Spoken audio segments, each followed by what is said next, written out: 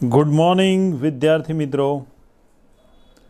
प्रकरण 4 एमा आज आपणे शीखीशुं टॉपिक 4.2.4 प्रक्रियानी आणविकता। आनी अगाउना लेक्चर में आपणे रासायणिक प्रक्रियाओना बे प्रकार शीखी गया था, प्राथमिक प्रक्रिया अने जटिल प्रक्रिया। जेना अनुसंधान में આપણે આણ્વિકતાની વાત કરીએ। સૌ પ્રથમ વાત કરીએ પ્રાથમિક પ્રક્રિયાના અનુસંધાનમાં કે આણ્વિકતા કોને કહેવાય। તો સામાન્ય રીતે જ્યારે કોઈ પણ રાસાયણિક પ્રક્રિયા થતી હોય, દાખલા તરીકે H2 + I2 it gives HI, જેને સંતુલિત કરીએ એટલે પ્રક્રિયક બાજુ રહેલા બે હાઇડ્રોજન પરમાણુ એને સંતુલિત કરવા અહીંયા 2 વડે ગુણીશું। આવી પ્રક્રિયા દરમિયાન હાઇડ્રોજનનો જે અણુ છે જે 2 હાઇડ્રોજન પરમાણુથી બનેલો છે, એ રીતે આયોડિનનો જે પરમાણુ છે જે 2 આયોડિન પરમાણુથી બનાવેલો છે, આવા પરમાણુઓ રાસાયણિક પ્રક્રિયા દરમિયાન એકબીજા સાથે નજીક આવતા જાય છે અને એ એકબીજા સાથે અથડામણ અનુભવે છે। આવી અથડામણમાં હાઇડ્રોજન એ આયોડિન સાથે, બીજો હાઇડ્રોજન આ આયોડિન સાથે જોડાતો જાય છે, ત્યારે એમની વચ્ચે નવા બંધનું નિર્માણ થતું જાય છે। હાઇડ્રોજન અને આયોડિન સાથે બંધ બનતો જાય અને સાથે સાથે આ જૂના બંધ હાઇડ્રોજન હાઇડ્રોજન અને આયોડિન આયોડિન વચ્ચેના બંધ તૂટતા જાય અને છેવટે આ બંધ સંપૂર્ણપણે તૂટી જાય। HH વચ્ચેનો, I વચ્ચેનો અને HI વચ્ચેનો બંધ સંપૂર્ણ બની જતા આ રીતે 2 મોલ HI નિપજ તરીકે મળે છે। ટૂંકમાં પ્રક્રિયા દરમિયાન પ્રક્રિયકોના જે અણુ હોય છે એ એકબીજા સાથે અથડામણ અનુભવતા હોય છે, જે અથડામણ અનુભવતા અણુઓની સંખ્યાને એની આણ્વિકતા કહેવામાં આવે છે। તો આ ઉદાહરણને આધારે જો આપણે પ્રાથમિક પ્રક્રિયા માટે આણ્વિકતાની વ્યાખ્યા લખીએ તો એ આ પ્રમાણે આપી શકાય। ધ્યાન આપજો બરાબર। પ્રાથમિક પ્રક્રિયા કે જે એક જ તબક્કામાં થતી હોય, આવી પ્રાથમિક પ્રક્રિયા એમાં ભાગ લેતા घटकों, अहींया घटकनो मतलब थाय अणु परमाणु के आयन। जेम के HI एनु निर्माण करवा माटे અથડામણ અનુભવતા H2 અને I2 એ અણુ છે। તો પ્રાથમિક પ્રક્રિયા એમાં ભાગ લેતા જે પ્રક્રિયકના અણુઓ છે, પરમાણુ કે આયન, જેના માટે આપણે કોમન ઘટક અથવા સ્પીસીઝ શબ્દનો ઉપયોગ કરીશું। જ્યારે આવા ભાગ લેતા ઘટકો એટલે કે પ્રક્રિયકો અથડાય છે ત્યારે આ ભાગ લેવાની પ્રક્રિયા દરમિયાન ભાગ લેતા ઘટકોની સંખ્યા જે અથડામણ પામીને પ્રક્રિયા પૂર્ણ કરે છે,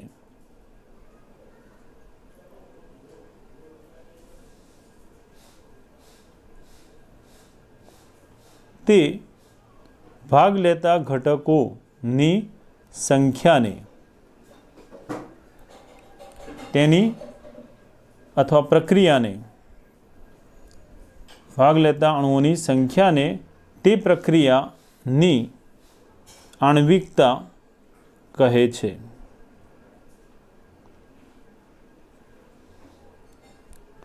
જેને ટૂંકમાં કહીએ તો એવું કહી શકાય કે કોઈપણ રાસાયણિક પ્રક્રિયા થતી હોય ત્યારે આ રાસાયણિક પ્રક્રિયામાં ભાગ લેતા ઘટકો એટલે કે પ્રક્રિયકના ઘટકો કે જે અથડામણની પ્રક્રિયા અનુભવે છે અને નિપજ આપે છે, આવા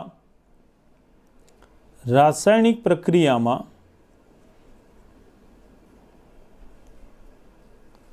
અથડામણ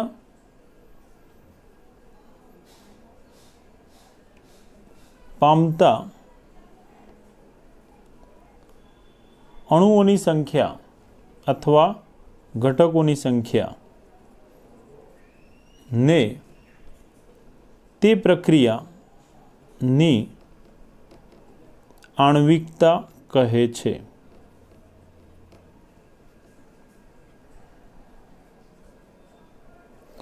જેમ કે જો પ્રાથમિક પ્રક્રિયાની વાત કરીએ તો એમાં ભાગ લેતા અણુઓની સંખ્યા એ એની આણ્વિકતા થશે. જેમ HI બનવાની પ્રક્રિયા એમાં H2 અને I2 બંનેના એક એક અણુ ભાગ લે છે, તો અહીંયા ભાગ લેતા અણુઓની સંખ્યા 2 છે, માટે એવું કહી શકાય કે એની આણ્વિકતા 2 થશે.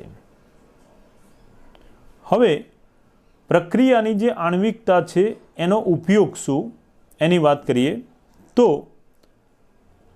રાસાયણિક પ્રક્રિયા એની ક્રિયાવિધિ સમજવા માટે રાસાયણિક પ્રક્રિયાની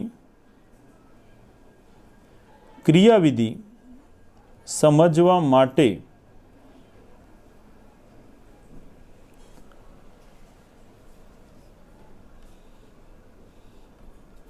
રાસાયણિક પ્રક્રિયાની ક્રિયાવિધિ સમજવા માટે આણ્વિકતા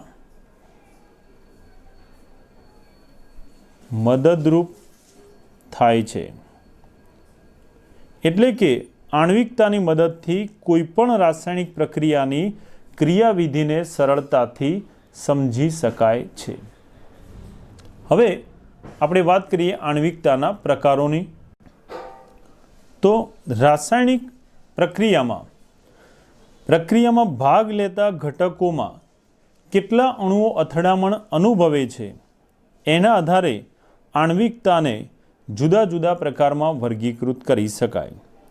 જેમ કે આણ્વિકતાનું મૂલ્યની વાત કરીએ તો કોઈપણ પ્રક્રિયાની આણ્વિકતા એ 1 હોઈ શકે.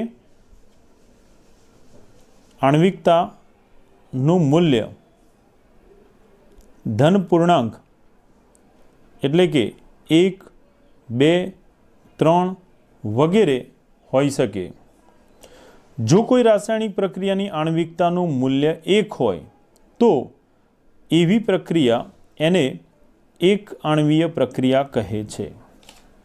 એ જ પ્રમાણે જો કોઈ રાસાયણિક પ્રક્રિયા એની આણ્વિકતાનું મૂલ્ય 2 હોય તો આણ્વિકતા 2 ધરાવતી હોય એવી પ્રક્રિયાને દ્વિઆણ્વીય પ્રક્રિયા કહે છે. એ જ પ્રમાણે જો આણ્વિકતાનું મૂલ્ય 3 હોય તો એવી પ્રક્રિયાને ત્રિઆણ્વિક પ્રક્રિયા કહે છે.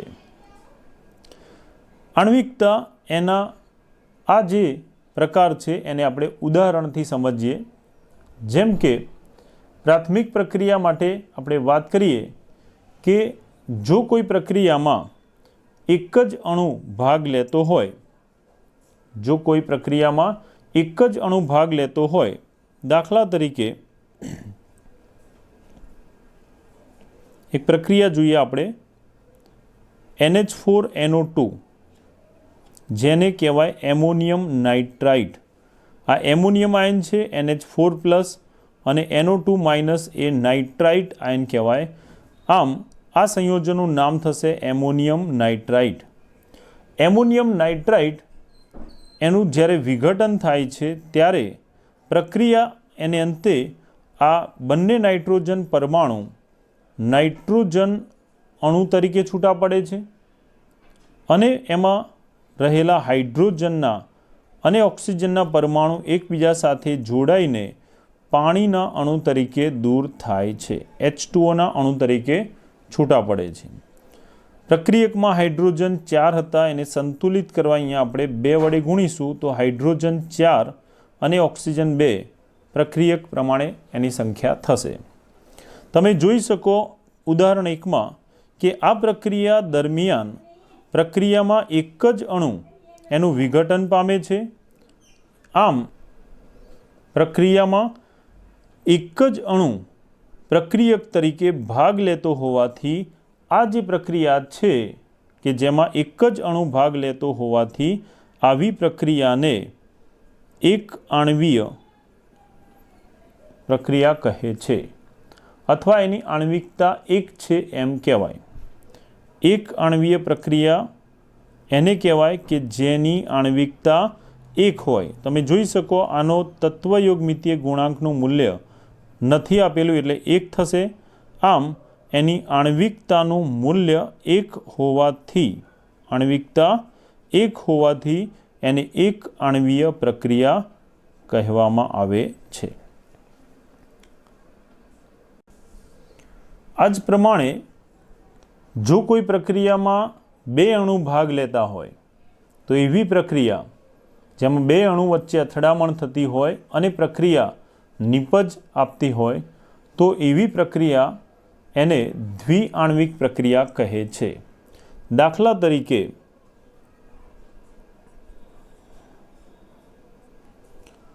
HIના વિઘટનની પ્રક્રિયા. HI એનું વિઘટન થશે ત્યારે એ હાઇડ્રોજન અને આયોડિન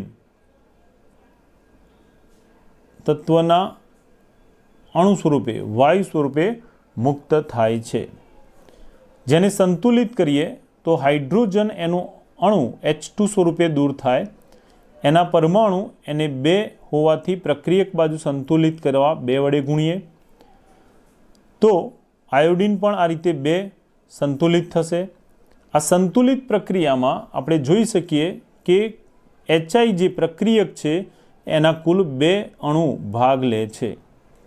આને આપણે વિસ્તૃત લખીએ તો એવું કહી શકીએ કે HIના કુલ 2 અણુ પ્રક્રિયામાં ભાગ લે છે. આમ આ રાસાયણિક પ્રક્રિયામાં ભાગ લેતા ઘટકોની સંખ્યા 2 છે. આમ અથડામણ અનુભવતા અણુઓની સંખ્યા 2 હોવાથી આ પ્રક્રિયાની આણ્વિકતાનું મૂલ્ય અથડામણ અનુભવતા અણુઓની સંખ્યા અથવા આણ્વિકતાનું મૂલ્ય 2 થાય છે અને તેથી આ પ્રક્રિયા એ દ્વિઆણ્વિક પ્રક્રિયા થાય છે. જેની આણ્વિકતા 2 હોય એવી પ્રક્રિયાને દ્વિઆણ્વિક પ્રક્રિયા કહે છે. આ જ પ્રમાણે હવે આપણે ત્રિઆણ્વિક પ્રક્રિયાનું ઉદાહરણ જોઈએ કે જેની આણ્વિકતા 3 હોય. જેમ કે નાઇટ્રિક ઓક્સાઇડ જેને NO તરીકે દર્શાવી શકાય. નાઇટ્રિક ઓક્સાઇડ નાઇટ્રિક એસિડનું સૂત્ર HNO3 થાય. નાઇટ્રિક ઓક્સાઇડ એટલે NO થશે જે નાઇટ્રોજન મોનોક્સાઇડ પણ કહેવાય. જો આ નાઇટ્રિક ઓક્સાઇડ એ ઓક્સિજન સાથે સંયોજાય ઓક્સિજનના અણુ O2 સાથે તો આ બંને એકબીજા સાથે સંયોજાતા આ પ્રક્રિયા આગળ પણ જોઈ ગયા કે નાઇટ્રિક ઓક્સાઇડના એક અણુમાં એક ઓક્સિજન ઉમેરાય તો એ બની જશે NO2 જેને નાઇટ્રોજન ડાયોક્સાઇડ કહીશું. આવા નાઇટ્રિક ઓક્સાઇડના કુલ 2 અણુ એમાં બીજા અણુમાં પણ બીજો ઓક્સિજનનો આ પરમાણુ જોડાઈ જાય તો કુલ નાઇટ્રોજન ડાયોક્સાઇડના 2 અણુ નિર્માણ પામે છે. આ પ્રક્રિયા એનું સમીકરણ જ્યારે સંતુલિત કરીએ ત્યારે સંતુલિત સમીકરણમાં પ્રક્રિયામાં ભાગ લેતા અણુઓની સંખ્યા જોઈએ તો અહીંયા નાઇટ્રિક ઓક્સાઇડના કુલ 2 અણુ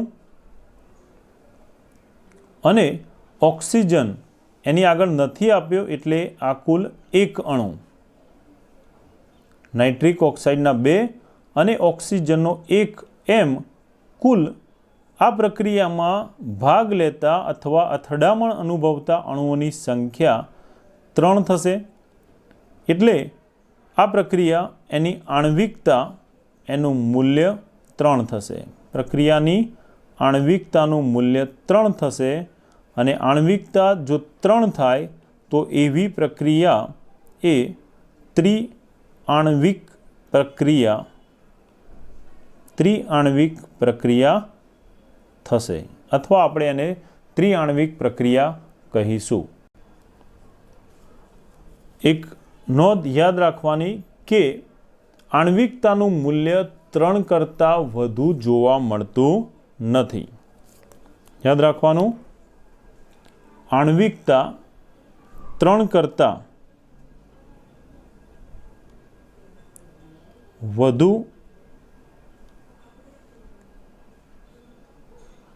આણ્વિકતા મળશે નહીં. આમ આણ્વિકતાનું મૂલ્ય 3 હોઈ શકે, 3 કરતાં વધુ હોતું નથી. પણ જે પ્રક્રિયા એમાં 3 કરતાં વધુ અણુઓ ભાગ લેતા હોય તો આવી પ્રક્રિયા એ પ્રક્રિયામાં એનો આણ્વિકતાનું મૂલ્ય, પ્રક્રિયાક્રમનું મૂલ્ય અલગ અલગ થતું હોય છે. સામાન્ય રીતે દ્વિઆણ્વિક અને ત્રિઆણ્વિક, યાદ રાખજો, દ્વિઆણ્વિક અને ત્રિઆણ્વિક પ્રક્રિયા, દ્વિઆણ્વિક અને ત્રિઆણ્વિક પ્રક્રિયાના પ્રક્રિયાક્રમ અને આણ્વિકતા, દ્વિઆણ્વિક અને ત્રિઆણ્વિક પ્રક્રિયા એની આણ્વિકતા અને તેના પ્રક્રિયાક્રમના જે મૂલ્યો છે એ સમાન મળતા હોય છે અથવા એક સરખા હોય છે.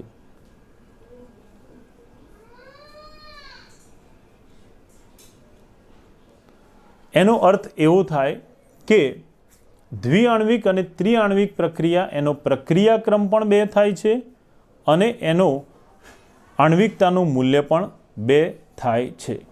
જેમ કે આપણે આ ઉદાહરણ નંબર 2માં જે HIની પ્રક્રિયા આપેલી છે એનો પ્રક્રિયાક્રમનું મૂલ્ય મેળવીએ તો બીજા ક્રમે આપેલી જે HIના વિઘટનની પ્રક્રિયા છે આ પ્રક્રિયા એનો પ્રક્રિયાક્રમ એનું મૂલ્ય 2 મળે છે. પ્રાયોગિક રીતે આનો પ્રક્રિયાક્રમનું મૂલ્ય કેટલું મળે છે? 2 મળે છે. જ્યારે એની આણ્વિકતા એ પણ 2 મળે છે. તો આપણે કહી શકીએ કે દ્વિઆણ્વિક પ્રક્રિયા એનો આણ્વિકતાનું મૂલ્ય અને પ્રક્રિયાક્રમનું મૂલ્ય સમાન મળે છે. આ જ પ્રમાણે ત્રિઆણ્વિક પ્રક્રિયાનું ઉદાહરણ જે આપણે જોયું NO+O2 એ પ્રક્રિયામાં પ્રક્રિયા એની આણ્વિકતાનું મૂલ્ય 3 છે અને આ પ્રક્રિયા એનો પ્રક્રિયાક્રમ જે પ્રાયોગિક રીતે મળે છે એ પ્રક્રિયાક્રમમાં પણ સાંદ્રતાના ઘાતાંકોનો સરવાળો એટલે કે પ્રક્રિયાક્રમનું મૂલ્ય 3 મળે છે. તો એવું કહી શકાય કે દ્વિઆણ્વિક અને ત્રિઆણ્વિક પ્રક્રિયાના આણ્વિકતા અને પ્રક્રિયાક્રમના મૂલ્યો સરખા મળે છે. આવું દરેક પ્રક્રિયા માટે મળતું નથી. જેમ કે આપણે એક આણ્વિક પ્રક્રિયાની વાત કરીએ ઉદાહરણ લઈને. હવે આપણે વાત કરીએ એક આણ્વિક પ્રક્રિયાની. તો એક આણ્વિક પ્રક્રિયા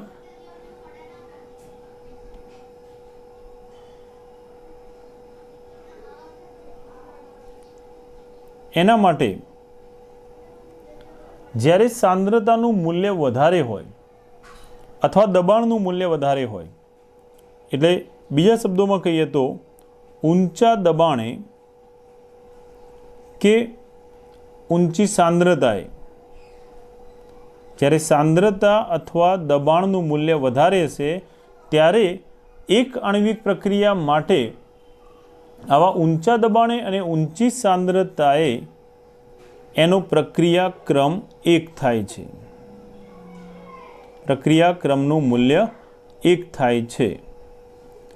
તો એવું કહી શકાય કે ઊંચા દબાણે અને ઊંચી સાંદ્રતાએ આણ્વિકતાનું મૂલ્ય 1 અને પ્રક્રિયાક્રમનું મૂલ્ય પણ 1 થાય છે.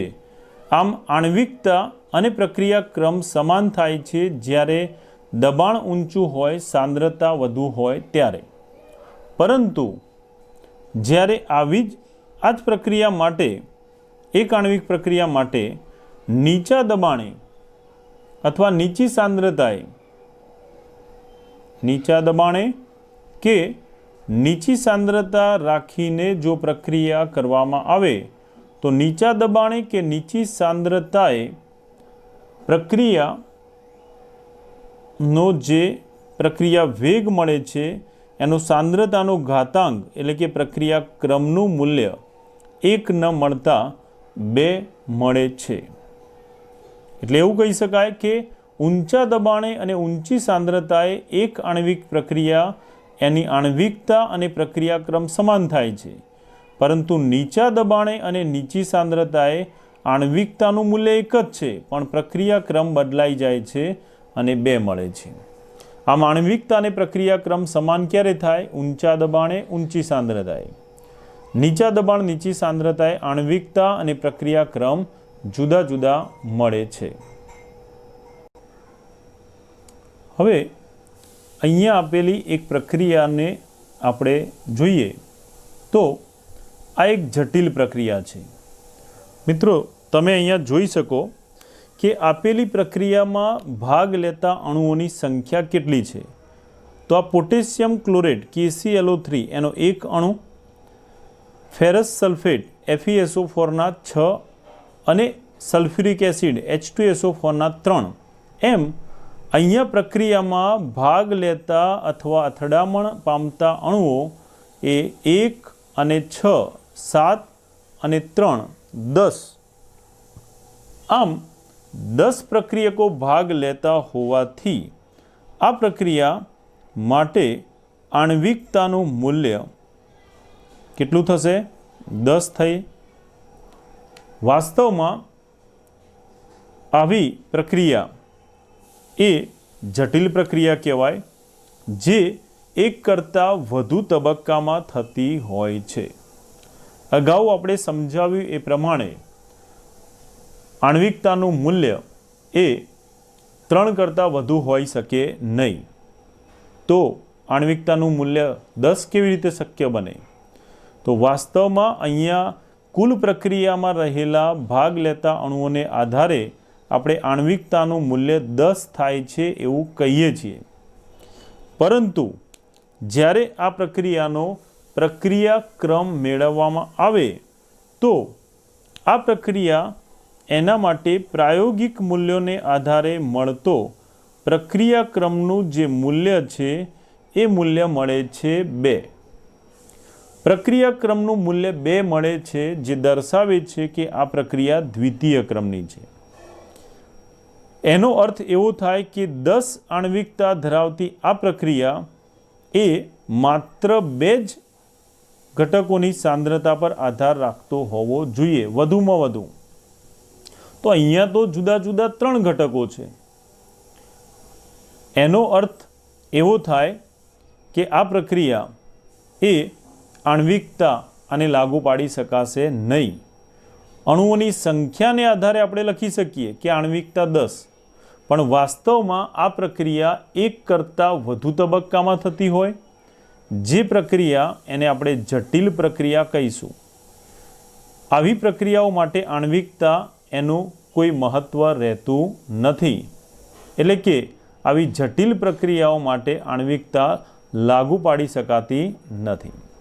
આણ્વિકતા માત્ર પ્રાથમિક પ્રક્રિયાઓને જ લાગુ પડે છે અને એમાં પ્રાથમિક પ્રક્રિયાઓમાં મહત્તમ 3 સુધી આણ્વિકતા જોવા મળે છે. જટિલ પ્રક્રિયાઓમાં આણ્વિકતાનું મૂલ્ય વધુ હોઈ શકે, પણ એ વાસ્તવમાં લાગુ પડતું નથી. પ્રક્રિયાક્રમનું 2 મૂલ્ય એનો મતલબ એવો થાય કે આ પ્રક્રિયા જે જટિલ પ્રક્રિયા છે એ એક કરતાં વધુ તબક્કામાં થતી હોવી જોઈએ. જેમ કે એનો એક તબક્કો હોય X to Y, બીજો તબક્કો હોય Y to Z, ત્રીજો તબક્કો હોય Z to L. આવા એક કરતાં વધુ તબક્કામાં આ પ્રક્રિયા થતી હશે ત્યારે જુદા જુદા અણુઓ જુદા જુદા તબક્કામાં ભાગ લેતા હશે. આવા એક કરતાં વધુ તબક્કામાં થતી પ્રક્રિયા એમાં જે તબક્કો એનો ધીમો હોય, પ્રક્રિયા વેગનો જે તબક્કો ધીમો હશે એ તબક્કો પ્રક્રિયા વેગ માટે નિર્ણાયક બને છે. એટલે ધીમા વેગથી થતા તબક્કાને આપણે વેગ નિર્ણાયક તબક્કો કહીશું. અને આવા વેગ નિર્ણાયક ધીમો વેગ ધરાવતા વેગ નિર્ણાયક તબક્કાને આધારે એમાં રહેલા પ્રક્રિયકની સાંદ્રતાને આધારે એનું વિકલન વેગ સમીકરણ મળે છે અને એના આધારે એનો પ્રક્રિયાક્રમ પણ નક્કી કરી શકાય છે. તો યાદ રાખવાનું, હંમેશા જટિલ પ્રક્રિયાઓને આણ્વિકતા લાગુ પડતી નથી. જટિલ પ્રક્રિયાઓ કોને કહેવાય? જે એક કરતાં વધુ તબક્કામાં થતી હોય. આવી પ્રક્રિયામાં જે તબક્કો ધીમો હશે એ તબક્કો પ્રક્રિયાનો વેગ નક્કી કરશે, એટલે કે વેગ નિર્ણાયક તબક્કો હશે. આવા વેગ નિર્ણાયક તબક્કાના આધારે વિકલન વેગ સમીકરણ મેળવીએ તો એ ધીમા તબક્કામાં રહેલા પ્રક્રિયકના અનુસંધાનમાં નક્કી કરી શકાય. જો ધીમા તબક્કાના પ્રક્રિયકોના આધારે એનો સાંદ્રતાનો ઘાતાંક 1 થતો હોય તો એનો પ્રક્રિયાક્રમ 1 થશે.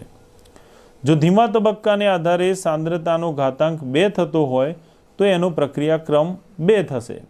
આમ જટિલ પ્રક્રિયા માટે ધીમા તબક્કા પરથી એનો પ્રક્રિયા વેગ માટે વિકલન વેગ સમીકરણ લખી શકાય છે અને આ વિકલન વેગ સમીકરણને આધારે એનો પ્રક્રિયાક્રમનું મૂલ્ય પણ જાણી શકાય છે. જેમ કે આપણે વાત કરીએ હવે હાઇડ્રોજન પેરોક્સાઇડના વિઘટનની પ્રક્રિયા. મિત્રો ધ્યાન આપજો, હાઇડ્રોજન પેરોક્સાઇડ જેનું સૂત્ર છે H2O2. આ હાઇડ્રોજન પેરોક્સાઇડ H2O2 એનું વિઘટન આયોડાઇડ ઉદ્દીપકની હાજરીમાં કરવામાં આવે આલ્કલાઇન માધ્યમમાં, ત્યારે આ H2O2 એનું વિઘટન થઈને H2O એટલે કે પાણી બને છે અને O2 મુક્ત થાય છે. આમ H2O2ના વિઘટન થઈને એમાંથી H2O અને O2 નો અણુ છૂટો પડે છે. જો આપણે સમીકરણને સંતુલિત કરીએ તો અહીંયા H2O2ના અહીંયા 2 ઓક્સિજન છે, તમે અહીંયા 1/2 લખી શકો, અથવા આને સંતુલિત કરવા માટે આપણે 2 લખી દઈએ અહીંયા H2O2 આગળ. તો H2Oમાં પણ હાઇડ્રોજન 2 દૂ 4 કરવા માટે અહીંયા 2 હાઇડ્રોજન 2 મૂકી દઈશું. તો આ સમીકરણ સંતુલિત થશે, જે H2O2નું વિઘટન દર્શાવે છે. આયોડાઇડ I- ની હાજરીમાં આલ્કલાઇન એટલે કે બેઝિક માધ્યમમાં આ વિઘટનની પ્રક્રિયા કરવામાં આવતી હોય છે. હવે આ જે પ્રક્રિયા છે એ પ્રક્રિયા એમાં પ્રક્રિયા જે છે એ H2O2 અથવા I- હાઇડ્રોજન પેરોક્સાઇડ અથવા જે ઉદ્દીપક આયોડાઇડ છે એની હાજરીમાં આ જે પ્રક્રિયા છે એ પ્રક્રિયા પ્રથમ ક્રમની પ્રક્રિયા છે. H2O2 કે આયોડાઇડ આયનની હાજરીમાં પ્રક્રિયા પ્રથમ ક્રમની હોય છે. પ્રથમ ક્રમની પ્રક્રિયા પ્રથમ ક્રમની હોય છે. એનો મતલબ કે એનો પ્રક્રિયાક્રમ 1 થશે, જ્યારે આયોડાઇડ કે H2O2ના અનુસંધાનમાં જ્યારે પ્રક્રિયાનું વિકલન વેગ સમીકરણ લખીએ તો. પરંતુ વાસ્તવમાં આ જે પ્રક્રિયા છે H2O2ના 2 મોલ ધરાવતી, એમાં રહેલા H2O2નો દરેક અણુ એ તબક્કાવાર 2 વખત વિભાજન પામે છે, જેના આધારે આપણે આ પ્રક્રિયા એને 2 તબક્કામાં વર્ગીકૃત કરી શકીએ. પ્રક્રિયાનો પહેલો તબક્કો, એમાં એક H2O2 વિઘટન પામશે અને ત્યાર પછી એના બીજા તબક્કામાં H2O2નો બીજો અણુ વિઘટન પામે છે. જે પ્રક્રિયા આ પ્રમાણે દર્શાવી શકાય. કુલ 2 મોલ H2O2, એમાંથી પહેલા તબક્કામાં H2O2ના એક અણુ એનું વિઘટન થાય ઉદ્દીપક આયોડાઇડની હાજરીમાં, ત્યારે આમાંથી એક ઓક્સિજન દૂર થશે અને H2Oનો અણુ છૂટો પડે છે. H2O2માંથી H2O दूर थशे एटले ऑक्सिजननो एक अणु ए आ आयोडीनना आयोडाइड आयन साथे जोड़ाय छे अने आयोडाइडनो ऑक्सिजन साथेनो आयन IO-1 बनावे छे, जेमां आयोडीननो ऑक्सिडेशनांक +1 अने ऑक्सिजन -2 होवाथी कुल वीजभार 1-2 एटले के -1 जोवा मळशे। हवे आ H2O2 ना एक अणुनुं विघटन थयुं जे H2O2 અને IO- આયન આપે છે, જે મધ્યસ્થ આયન કહેવાય। હવે આ મધ્યસ્થ આયનની હાજરીમાં બીજા H2O2 ના અણુનું વિઘટન થાય છે। હવે H2O2 નો બીજો અણુ જ્યારે વિઘટન પામે, H2O2 નો બીજો અણુ આ IO- મધ્યસ્થ આયનની હાજરીમાં વિઘટન પામે ત્યારે એમાં થતી પ્રક્રિયા આ પ્રમાણે નિપજ આપશે। ફરીથી H2O2 માં રહેલો એક ઓક્સિજન અહીંથી છૂટો પડશે, જેને કારણે H2O એટલે કે પાણીનો અણુ મુક્ત કરે છે। અહીંથી દૂર થયેલો ઓક્સિજન અને IO- એમાંથી દૂર થયેલો ઓક્સિજન, આ બંનેના એક ઓક્સિજન એકબીજા સાથે O2 અણુ તરીકે નિર્માણ પામે છે। H2O2 નો એક ઓક્સિજન, IO- નો એક ઓક્સિજન, બે ઓક્સિજન જોડાઈને ઓક્સિજનનો અણુ O2 બનાવે છે। જ્યારે હવે આ -1 વીજભાર આયોડીન ઉપર પ્રાપ્ત થશે અને આયોડાઇડ આયન એ જે ઉદ્દીપક હતો એ મૂળ સ્વરૂપે પાછો મળે છે। ઓકે, એનો મતલબ કે આ જે પ્રક્રિયા છે H2O2 ની વિઘટનની, આ જે પ્રક્રિયા બતાવી છે એ પ્રક્રિયા વાસ્તવમાં આવા બે જુદા જુદા તબક્કામાં થાય છે। હવે બંને જે તબક્કા છે એ બે તબક્કામાં આ પહેલો તબક્કો પ્રમાણમાં ધીમા વેગથી થતો હોય છે, જેની સાપેક્ષે બીજો તબક્કો પ્રમાણમાં ઝડપી હોય છે। હમણાં આપણે સમજાવ્યું એ પ્રમાણે જ્યારે કોઈ પ્રક્રિયા એક કરતાં વધુ તબક્કામાં થતી હોય, તમે આ બંને તબક્કાનો સરવાળો કરો તો સરવાળાનું કુલ મૂલ્ય આ બંને પ્રક્રિયાનો સરવાળો કરતાં H2O2 + H2O2 એટલે આ થશે 2H2O2। IO- એ પહેલા તબક્કામાં નિપજ તરફ, બીજા તબક્કામાં પ્રક્રિયક તરફ, બંને બાજુ આ દૂર થશે। નિપજમાં રહેલા H2O + H2O એ કુલ 2H2O આપશે અને ઓક્સિજનનો અણુ એ પણ નિપજ તરફ દર્શાવીશું તો આ બંને તબક્કાના સરવાળાનું મૂલ્ય એ કુલ પ્રક્રિયા થાય છે। તો જ્યારે કોઈ પ્રક્રિયા આવા એક કરતાં વધુ તબક્કામાં થતી હોય ત્યારે આ પ્રક્રિયાનો વેગ નિર્ણાયક તબક્કો કયો થશે? જે ધીમા વેગથી થતો હોય એવો તબક્કો પ્રક્રિયાનો વેગ નિર્ણાયક તબક્કો થશે। અહીંયા પહેલો તબક્કો એ ધીમા વેગથી થાય છે, માટે આ પહેલો તબક્કો વેગ નિર્ણાયક બને છે। જેના અનુસંધાનમાં જો એનું વિકલન વેગ સમીકરણ દર્શાવીએ તો પહેલો તબક્કો જે ધીમા વેગથી થાય છે એમાં રહેલા ઘટકો કયા હતા? H2O2 અને I-। આ બંનેના અનુસંધાનમાં પ્રક્રિયા માટે એનું વિકલન વેગ સમીકરણ આ પ્રમાણે લખી શકાય। પ્રક્રિયક H2O2 ના અનુસંધાનમાં અથવા એના પર્યાયમાં પ્રક્રિયાનો વેગ લખીશું -d of H2O2 ની સાંદ્રતા બાય dt, જે એનો પ્રક્રિયા વેગ દર્શાવે છે, = K * અહીંયા પ્રક્રિયક કયા કયા છે? તો ધીમો તબક્કો જે છે એના પ્રક્રિયકો જે અથડામણ પામે છે, જે વેગ નિર્ણાયક બનશે એ છે H2O2 અને I-। તો એની સાંદ્રતા એની પર આધાર રાખશે પ્રક્રિયાનો વેગ, એટલે પ્રક્રિયાનો વેગ એ પ્રક્રિયક H2O2 ની સાંદ્રતા અને I- આયનની સાંદ્રતા પર આધાર રાખે છે। અને એના આધારે ધીમા તબક્કાને આધારે જે વેગ નિર્ણાયક છે એના આધારે આ વેગ સમીકરણ લખેલું છે, જેમાં H2O2 અને I- ના આધારે આ વિકલન વેગ સમીકરણ મળે। વિકલન વેગ સમીકરણ એમાં તમે જોઈ શકો કે સાંદ્રતાના ઘાતાંકોનો સરવાળો 1 + 1 એટલે કે 2 થાય છે। તો અહીંયા પ્રક્રિયા જે છે એ પ્રથમ ક્રમની છે, પરંતુ એનો પ્રક્રિયા ક્રમ 2 મળે છે।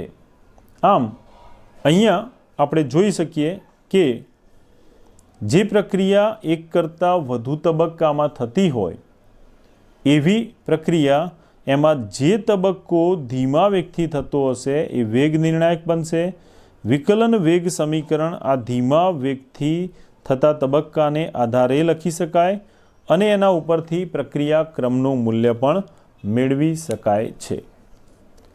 હવે આપણે આણ્વિકતા માટે કેટલાક મહત્વના મુદ્દાઓની વાત કરીએ તો આણ્વિકતા માટે પ્રાયોગિક અવલોકનોના આધારે કેટલાક મુદ્દાઓ આ પ્રમાણે તારવી શકાય જે આણ્વિકતાને લાગુ પડે છે, જેમાં પ્રક્રિયાનો ક્રમ, જેને આપણે પ્રક્રિયા ક્રમ કહીએ છીએ, એ પ્રાયોગિક રાશિ છે જેનું મૂલ્ય 0 અથવા અપૂર્ણાંક પણ હોઈ શકે। આપણે પ્રક્રિયા ક્રમ સાથે આણ્વિકતાના તફાવતની વાત કરીએ તો પ્રક્રિયા ક્રમનું મૂલ્ય 0 હોઈ શકે અથવા અપૂર્ણાંક પણ હોઈ શકે છે। જેમ બ્રોમિનવાળી પ્રક્રિયા, એમાં H2ની સાંદ્રતાનો 1 ઇન્ટુ બ્રોમિનની સાંદ્રતાનો 1/2, જે સાંદ્રતાના ઘાતાંકોનો સરવાળો 3/2 મળે, એટલે કે પ્રક્રિયા ક્રમનું મૂલ્ય અપૂર્ણાંક પણ મળી શકે છે। સાથે સાથે પ્રક્રિયા એમાં સાંદ્રતાનો ઘાત 0 મળે તો એ શૂન્યક્રમની પણ પ્રક્રિયા કહેવાય। પરંતુ વાત જ્યારે આપણે આણ્વિકતાની કરીએ તો આણ્વિકતાનું મૂલ્ય, પ્રક્રિયાની આણ્વિકતા, એનું મૂલ્ય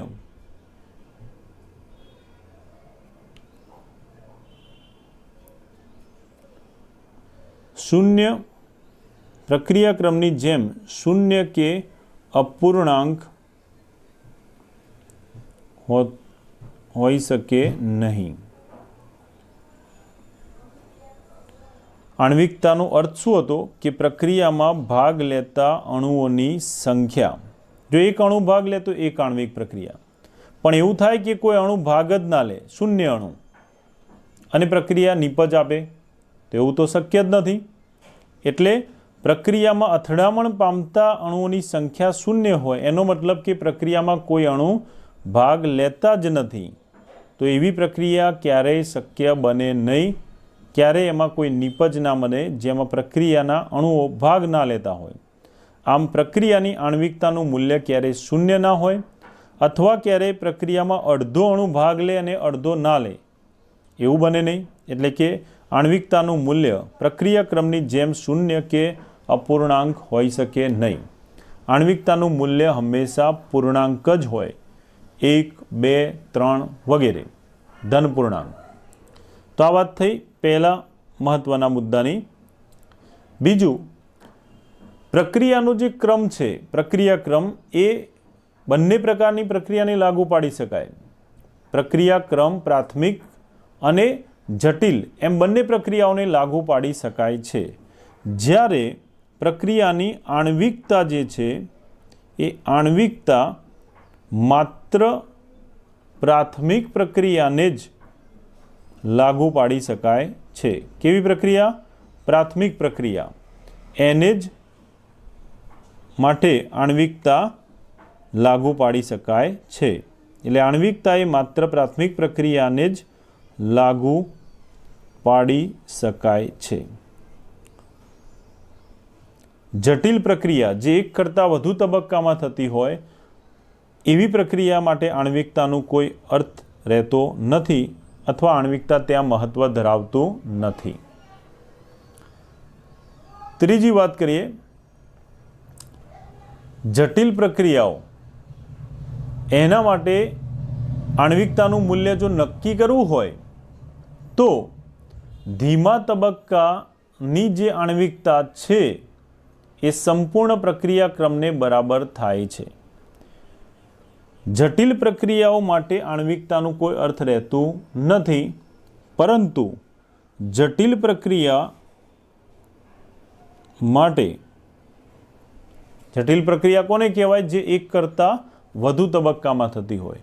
આવી જટિલ પ્રક્રિયા માટે પ્રક્રિયાનો જે સૌથી ધીમા વેગ ધરાવતો તબક્કો છે, સૌથી ધીમો તબક્કો, આ ધીમો તબક્કો જે છે એમાં ભાગ લેતા ઘટકોને આધારે વિકલન વેગ સમીકરણ લખી શકાય અને પરિણામે સૌથી ધીમો તબક્કો જે છે એ ધીમો તબક્કો જ પ્રક્રિયા માટે વેગ નિર્ણાયક પુરવાર થાય છે.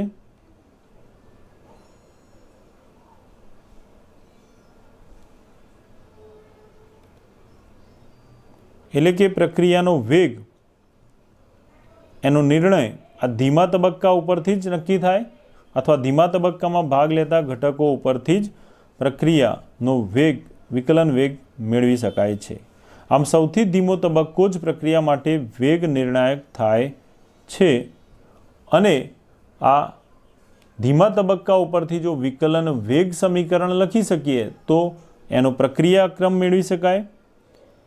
આવા ધીમા તબક્કા માટે, જટિલ પ્રક્રિયા માટે જે ધીમો તબક્કો છે એ ધીમા તબક્કા માટે પ્રક્રિયાક્રમનું મૂલ્ય અને આણ્વિકતા બંને સંપૂર્ણપણે એકબીજાને બરાબર હોય છે. જટિલ પ્રક્રિયાના ધીમા તબક્કો જે વેગ નિર્ણાયક છે, આવા ધીમા તબક્કા માટે જે વેગ નિર્ણાયક છે તેના માટે આણ્વિકતાનું મૂલ્ય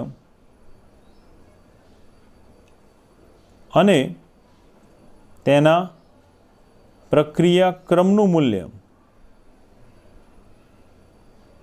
એ એકબીજાને સમાન મળે છે. તો આણ્વિકતા અને પ્રક્રિયાક્રમ એનો તફાવત જો પૂછાય તો તફાવતમાં આપણે આ 3 મુદ્દાને આધારે કહી શકીએ. ચોથો એક મુદ્દો એવું કહી શકાય કે આણ્વિકતા જે છે એ તાપમાન અને દબાણ પર આધાર રાખતું નથી. આમ આણ્વિકતા એ તાપમાન અને દબાણથી સ્વતંત્ર છે, એટલે કે તાપમાન અને દબાણ ઉપર આધાર રાખતું નથી, તાપમાન અને દબાણથી સ્વતંત્ર છે, જ્યારે પ્રક્રિયાક્રમ એ તાપમાન અને દબાણ ઉપર આધાર રાખે છે. તો તમારે હોમવર્કમાં આણ્વિકતા અને પ્રક્રિયાક્રમનો તફાવત લખવાનો રહેશે. આણ્વિકતા અને પ્રક્રિયાક્રમ, પ્રક્રિયાક્રમ એ આપણે આગળ શીખી ગયા છીએ, એનો તફાવત હોમવર્કમાં લખવાનો રહેશે, જેના મુદ્દાઓ આપણે અહીંયા ચર્ચા કરેલા છે. તો આ પ્રમાણે બરાબર તૈયાર કરજો અને આ બંને વચ્ચેનો તફાવત અથવા આણ્વિકતા એ અગત્યના ટૂંકા પ્રશ્ન તરીકે બરાબર મોઢે કરી દેજો. ઓકે વિદ્યાર્થી મિત્રો, હવે આપણે એક દાખલો જોઈએ. અહીંયા આપેલી રકમ પર બરાબર ધ્યાન આપજો. રકમમાં દર્શાવ્યા પ્રમાણે એક્સ અણુનું વાયમાં પરિવર્તન એ ગતિકીનો બીજો ક્રમ અનુસરે છે. આનો અર્થ શું થાય? એક્સ અણુનું વાયમાં પરિવર્તન, એનો મતલબ કે અહીંયા એક પ્રક્રિયા આપેલી છે, જે પ્રક્રિયા એમાં એક્સ એ પ્રક્રિયકનું અણુ છે, જે વાય અણુમાં નિપજ તરીકે પરિવર્તન પામે છે. તો આ એક્સ અણુનું વાયમાં પરિવર્તનની પ્રક્રિયા દર્શાવી. જે પ્રક્રિયા બીજો ક્રમને અનુસરે છે એનો મતલબ એવો થાય કે જો આ પ્રક્રિયા માટે આપણે પ્રક્રિયા વેગ લખીએ, આ પ્રક્રિયાનો પ્રક્રિયા વેગ લખીએ તો એનો પ્રક્રિયા વેગને આપણે વેલોસિટી ઉપરથી v વડે દર્શાવીએ તો શરૂઆતમાં જ્યારે એનો પ્રારંભિક પ્રક્રિયા વેગ જેને આપણે v1 કહી દઈએ એ આ પ્રમાણે દર્શાવી શકાય. પ્રક્રિયા વેગ એને આપણે dx/dt વડે પણ દર્શાવી શકીએ, પણ સાંદ્રતાના ફેરફાર સાથે વેગ એમાં થતો ફેરફાર દર્શાવવા માટે આપણે વેગને v1 થી દર્શાવી દઈએ. તો આ v1 નું જે મૂલ્ય છે એ આ પ્રમાણે પ્રાપ્ત થશે. પ્રક્રિયા વેગનું મૂલ્ય v1 જે વેલોસિટી ઉપરથી v1 વડે દર્શાવ્યું એ પ્રક્રિયકની સાંદ્રતાના સમપ્રમાણમાં હોય. સમપ્રમાણતાનું ચિહ્ન દૂર કરીએ એટલે અચળાંક મૂકી શકાય. હવે ધ્યાન આપજો, એક્સનું વાયમાં પરિવર્તન એ ગતિકી એટલે કે રાસાયણિક પ્રક્રિયાનો બીજો ક્રમ અનુસરે છે. એનો મતલબ કે પ્રક્રિયા બીજા ક્રમની થાય. અહીંયા પ્રક્રિયા એ માત્ર એક જ ઘટક ઉપર આધારિત છે, તો બીજા ક્રમને અનુસરે એનો મતલબ કે પ્રક્રિયા બીજા ક્રમની હોય તો સાંદ્રતાનો ઘાત 2 લેવો પડે, તો જ પ્રક્રિયા ક્રમ 2 થશે. આમ પ્રક્રિયા ક્રમ 2 અથવા બીજા ક્રમને અનુસરે એનો મતલબ સાંદ્રતાનો ઘાત આપણે 2 મૂકીશું. તો આ થઈ ગયું આપણું વિકલન વેગ સમીકરણ, જેને નંબર 1 આપી દઈએ, સમીકરણ 1. હવે આ વેગ એની અંદર શું ફેરફાર કરીએ છીએ તો અહીંથી આગળ વધીએ. જ્યારે એક્સની સાંદ્રતા 3 ગણી કરવામાં આવે, એક્સની સાંદ્રતા 3 ગણી કરવામાં આવે એટલે હવે મળતો નવો વેગ શોધીએ. તો જ્યારે એક્સની સાંદ્રતા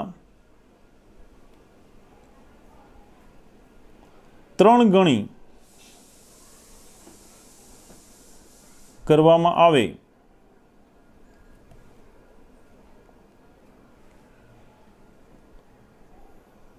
ત્યારે પ્રક્રિયાનો વેગ એ પણ બદલાઈ જશે, કારણ કે પ્રક્રિયાનો વેગ એ એક્સ પ્રક્રિયકની સાંદ્રતા પર આધારિત છે. એટલે સાંદ્રતા બદલાશે તો વેગ પણ બદલાઈ જશે. તો ધારો કે આ સાંદ્રતા 3 ગણી કરીએ ત્યારે મળતો નવો જે પ્રક્રિયા વેગ છે, ત્યારે મળતો નવો પ્રક્રિયા વેગ એને આપણે v2 વડે દર્શાવી દઈએ. તો આ v2નું જે મૂલ્ય છે એમાં આ પ્રમાણે ફેરફાર કરવો પડે. સાંદ્રતા 3 ગણી કરતાં મળતો નવો પ્રક્રિયા વેગ v2 એમાં શું ફેરફાર કરવો પડશે તો એક્સનું જે સાંદ્રતાનું મૂલ્ય છે એ કેટલું થઈ ગયું, 3 ગણી સાંદ્રતા કરી. એટલે અહીંયા સમીકરણ 1માં જે એક્સની સાંદ્રતા છે એને 3 ગણી કરીએ એટલે એ થશે 3x. આમ સાંદ્રતાનું મૂલ્ય જે એક્સ હતું એ 3 ગણું કરીએ અને સાંદ્રતા ઉપર વર્ગ હતો કારણ કે પ્રક્રિયા બીજા ક્રમને અનુસરે છે. તો સમીકરણ 1માં સાંદ્રતા એક્સને બદલે આપણે શું ફેરફાર કર્યો, સાંદ્રતા 3 ગણી કરી એટલે 3x કર્યું. તો એનો નવો વેગ v2 આ રીતે દર્શાવી શકાય.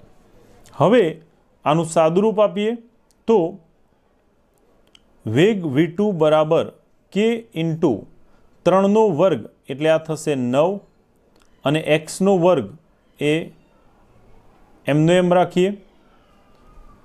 હવે આ 9 જે છે ગુણાકારમાં એને આગળ લઈ લઈએ અને k ઇન્ટુ x² એને જો આ રીતે ગોઠવી દઈએ તો સમીકરણ 1 પરથી જોઈ શકાય કે k ઇન્ટુ x² એ શું દર્શાવે છે, વેગ v1. તો સમીકરણ 1 ઉપરથી આપણે અહીંયા કિંમત મૂકી દઈએ તો નવો વેગ v2 બરાબર 9 ગુણ્યા આ k ઇન્ટુ x² એની સમીકરણ 1 ઉપરથી કિંમત v1 મૂકી દઈએ તો આ k ઇન્ટુ x² બરાબર v1 મૂકતા નવા વેગનું મૂલ્ય એ શરૂઆતના વેગ v1 કરતાં 9 ગણું થાય છે. આમ વાયનું જે નિર્માણ અથવા એક્સમાંથી વાયનું નિર્માણની આ જે પ્રક્રિયા છે એમાં સાંદ્રતા 3 ગણી કરવામાં આવે 3x તો મળતો નવો વેગ એના મૂળ વેગ કરતાં 9 ગણો પ્રાપ્ત થાય છે. આ રીતે સાંદ્રતાના ફેરફાર સાથે વેગમાં થતો ફેરફાર એને ગણતરી કરી શકાય. તો આ જ પ્રમાણે બીજા દાખલાઓની પ્રેક્ટિસ કરતા રહેજો અને તૈયાર કરતા રહેજો. Okay, thank you very much.